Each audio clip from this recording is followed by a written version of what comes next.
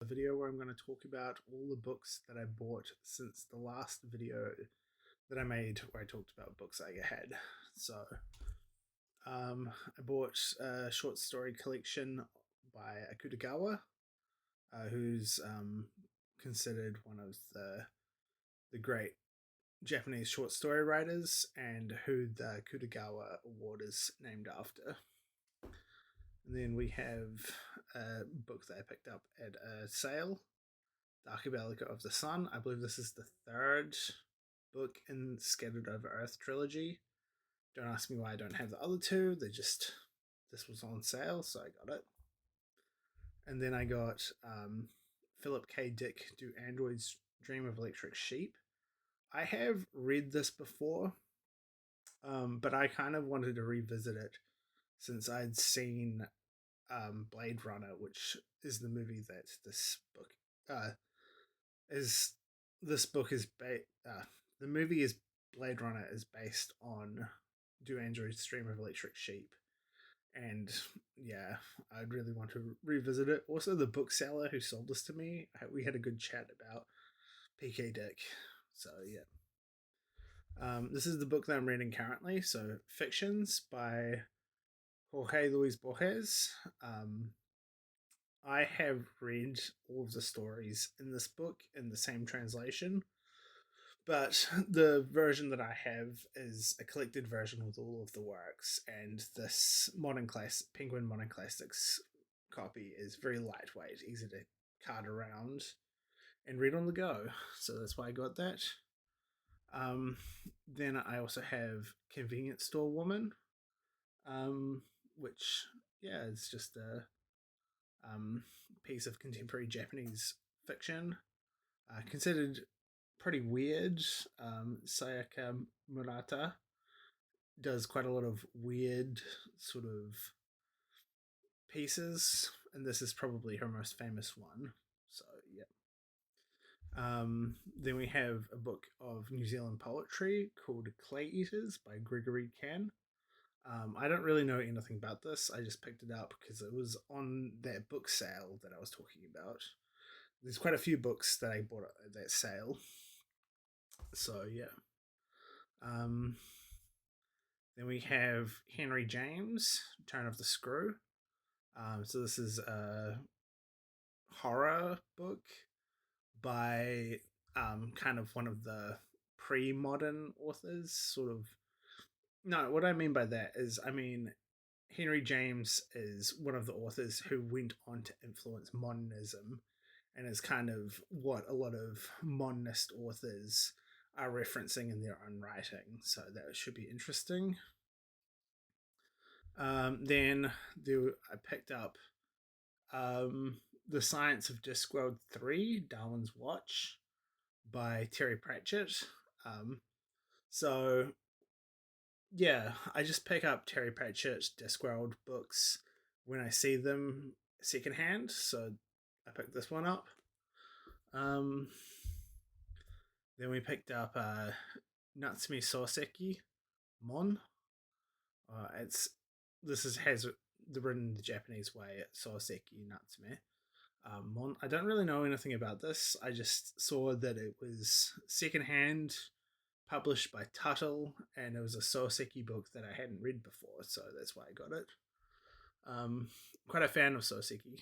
Uh, and then I picked up Owls Do Cry by Janet Frame. So I've really done myself a service as a New Zealander by actually reading and finishing a Janet Frame novel. So that's cool. This one was very good. I like to read some of our more weirder later works, but I'll Still Cry was a very good starting point. Um, and I picked up The Pillow Book, which is sort of late late 900s, essentially like literary work, diary poetry thing. Sort of not really a it's not really clear what kind of literary object this is, but it's definitely some kind of personal writing. And yeah, this is interesting. This and The Tale of Genji, also known as Genji Monogatari, uh, are often the kind of two Heian period works that are most commonly referenced. So, yep. Then we have the Natsume Soseki book that I read most recently, which is I Am a Cat, Volume 1. This was very good, very funny, very profound. It definitely had me sort of questioning my existence in the shower after finishing this. It was very good. I'm looking forward to the other two volumes. And, it's about a cat, just following cat life and the humans around it. But it has a real, like, deep humanity to it that is very profound in many ways, but also kind of silly and satirical. Then we have The Book of the New Sun, Volume 1 by Gene Wolfe. So I read half of this. So I read the first book, I guess, in this, which was Shadow of the Torturer, which is science fantasy, kind of crosses the boundary between science fiction and fantasy. Gene Wolfe's science fiction author that you'd want to really go into his work blind, not knowing too much about it. It is written in quite a convoluted, not convoluted, but like the style of the prose has a lot of obscure words, and that's often, yeah, can be a bit hard to follow. But I liked to not look up what all the obscure terminology meant and try to just figure it out based on vibes. But yeah, very good work. Um, Another piece of science fiction, we have The Left Hand of Darkness by Ursula K. Le Guin. So this is um, sort of gender and science fiction, and there's one of the Guardian top 100 novels rated by their critics and writers. So yeah, it's quite good. I haven't read this one. Um, Most of these I haven't read. Generally, the ones that I have read, I've pointed out. Um, then we have a comic book, 3 parts, the New York Trilogy by Paul Auster. Um, yeah, I've read Oracle Knight by Paul Auster. I read that in French and I enjoyed it. So I just picked this up on that aforementioned book sale, 30% off. Can't go wrong. Yeah, I'm gonna edit that part out. I picked up Japanese Tales, Fantasy and Folklore, which is just a collection of Japanese stories. Yeah, it's what the title says. It's by the publisher Tuttle, and I generally enjoy works by Tuttle. So yeah, they're a really good translator and publisher. Um, we have Japanese literature, also by Tuttle. I have read this. It's just an essay about. The back says a bird's eye view of the literary landscape of Japan's past. Yeah, it's quite good. Very good overview of Japanese literature in the past. Um, Roadside Picnic by by two Russian brothers. I read a bit of this. I enjoyed it.